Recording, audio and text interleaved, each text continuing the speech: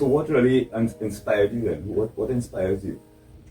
A lot of things inspire me, but as I was saying, I sit down and I look back at life and seeing where music, whether our culture, the Jamaican culture, the American culture, where music on the whole come from. When you look back, when I look back, you see, the music is really controlled by an industry, right? The music is controlled by an industry that only want who to make it. So the musical industry. Discriminative. Discriminative. Okay. So for me now, anything that I could do, first I need to set a foundation. Right. So in the musical industry, I'm a 100-meter runner. Right? I try to help the youths to surpass me. Beautiful. Be a 200 or 400-meter runner. So wherever I left off, wherever little footprint I left in the musical industry, they should take it beyond, and I try to help them. I love that, because I was a 50-meter runner and I'd rather meet a 100-meter runner. You understand what I'm saying? I understand. Yeah. Connecting to that, I feel it for sure. So, and as I feel it, this is what I want to ask, what's the most comfortable genre, therefore? You mentioned US, you mentioned Jamaica, you mentioned Trinidad. What are your favorite? Well, your favorite, and if you have any, but what's the one you're most, here sing and dance all this, what's the most comfortable? And that is why I start in the days of chanting. Here in Bounty Killer, in Beanie Man, Ninja Man, which was my artist at that time. Sit down and watch so much video, them they were VHS. I sit down and watch Ninja Man done, Super Cat done. So that kind of give me that vibes that, nah, I want to be like them men here. As you get older, you start hearing conscious music, or even though Bob Marley and them was before. But it takes something for you to gravitate to, right? Right. So I go on that way there. Now, as you get older, I went to abroad, I live. You reach different people, you get climatized to different things. You come back here, you sit down here, and are here now. And just like that, I meet Sir Lancelot. Right. He said, but he hear me in a karaoke singing a Berry Salmon. So you singing Berries too? Is only Michael Jackson or Prince? In a karaoke competition. I hear sing Shadow eloquently. Alright, so in other words, you're multi-genre if there's such a phrase. Of course. Alright.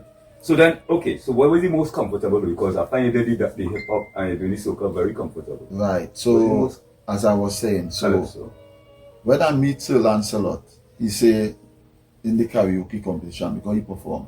So out of 30-something people that perform in the finals, I bring 7th. Right. Singing, that is not my field. I was a chanter a long time, They don't know you have a good voice. It's only, I never... Your producer I shared that 3 or I shared that last night. Well, I always find I have a rusty voice. So you never hear about Isaac Hayes. So you feel these fellas and you Teddy Pendergrass, you feel these fellas had a yeah. It's alto, it's so alright. So you like go so come out, so in other words, I feel you're into music theory and that kind of stuff. You're interested in that?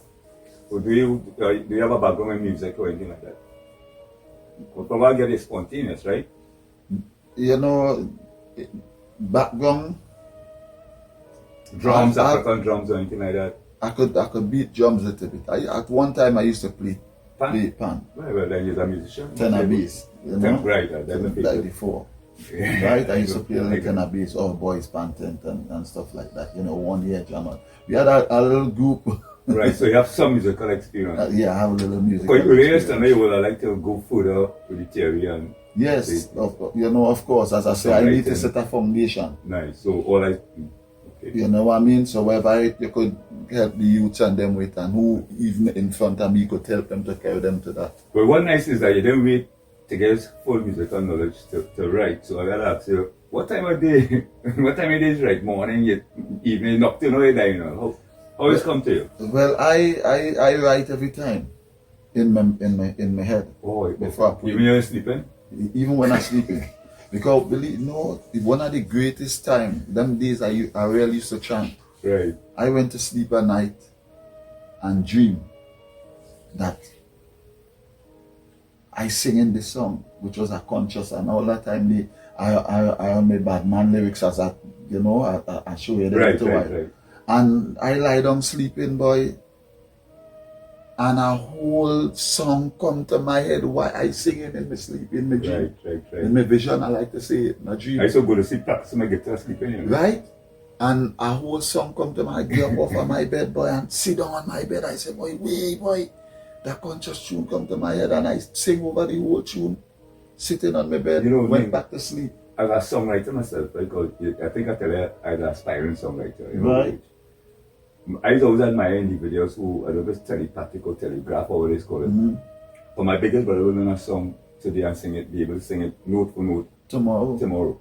And to retain lyrics, I started to write it down, to be honest. Right. Because I usually write them kind of probably graphically. So I really admire the ability that as a songwriter, you himself have put pen to paper, right? That is great. So coming out a little more of your professional, because I know you're still 35 years, you'll be touching people's hearts with beautiful music, and you touch mine. Oh my, by the way, in terms of performances, how many performances do you think you did to date? I did And load of use your performance, but load, Market Square, Club Christie's, right, in Tobago. One time we went somewhere in Arima. Right. Them days was Kiskidi Caravan, Caravan. okay. And So you was part of the Kiskidi Caravan? No.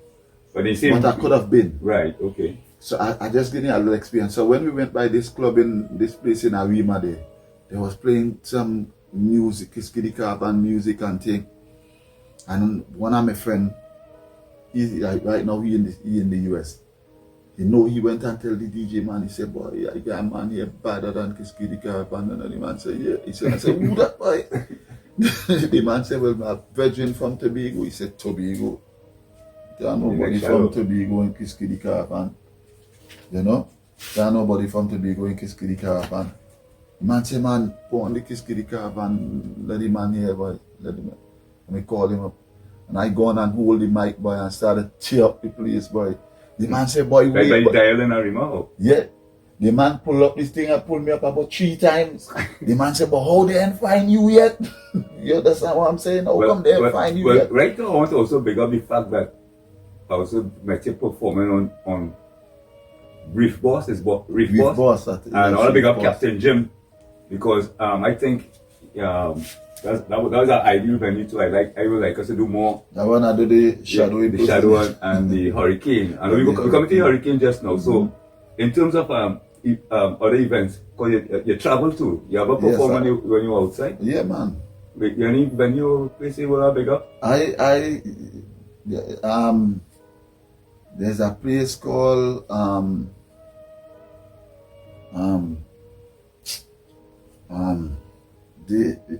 this in Pajado, Italy. I used to live there. Right. Right, because my ex-wife is Italian, so I live in Italy, Pajado. That's in Lecce. You never do opera? In Lecce. Never been to opera? No. Alright, good. Now, the part in Italy I used to live, they used to call the Jamaica Italy. Because I wear all the reggae shows and them. I see Mavado run off stage down there because he's singing the song and people in the crowd, you can't even hold a conversation with them. And them, Gaza. You know what I mean? It's so infectious. The Gaza and Gully thing was a serious thing in Europe. You know? I'm telling you.